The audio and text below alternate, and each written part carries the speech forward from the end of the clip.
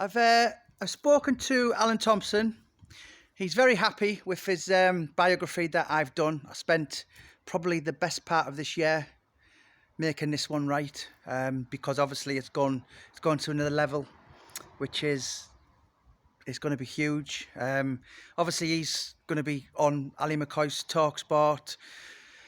And yeah, it's going to be really, really public, maybe national if you like. Obviously, there's so many Celtic supporters from Canada, New York, Thailand, and I knew it was going to be good anyway. I mean, I told Tomo, Alan, I said I'm surprised you're surprised, but he's happy with it. Obviously, there's a few little things that I'm going to chop and change this week, but it meant a lot that he was really happy with his book, as I knew he was going to be anyway.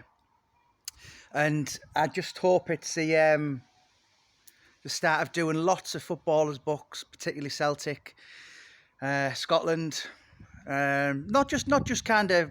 Obviously, I'm biased because I'm a huge Celtic fan. But I mean, I've spoken to quite a few footballers last couple of months. Big names in the public, and they've all got a story. And I'm trying to, I've kind of done the true crime. Certainly for a couple of years, I've completed it.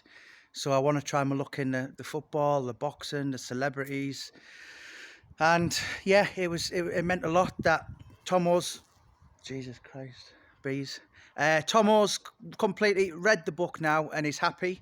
The book itself is just under I think 95,000 words, so it's quite a big book. Obviously, the average book is probably around 70,000 words. So, I didn't... everything in the book is basically, in my opinion, needs to be in. It's quite sad at times, it's quite funny, ups and downs, lots of humour. Obviously, he was a very important part of that Martin O'Neill era from 2000 to 2005, so he had them 5 years at Celtic, and obviously when Scott and Strachan come in, Tomo had like a year, and then he went out on again. I think it was 7 years in total. I think he was at Celtic, but he was obviously forced out under the Strachan era, and it was, as a supporter and as a football fan, a Celtic fan, it was brilliant for me to just hear it all, because as I said earlier on previous videos, I've paid money at evening whiffs to listen to some of these things, so I was getting paid to do it. So yeah, but overall, Tomo's What Al. Someone asked me last night on the page, said, what does What Al mean? I just said it's Georgie lingo, love. I know it doesn't make much sense, but it does up Northumbria or Tyneside or whatever you want to call it. So What Al, his book, is going to be coming out soon. A Geordie boy, and it's just basically his life from the cradle to the grave.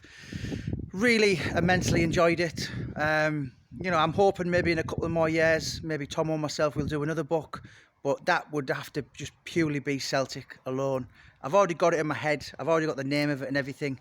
But as I said, he's a great person to work with. Very funny, very warm, very friendly.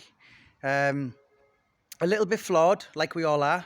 But what I like about him is there's no ego to him, like what Sean Atwood said. You wouldn't actually, if you sat in his company, he's just a lad from Newcastle.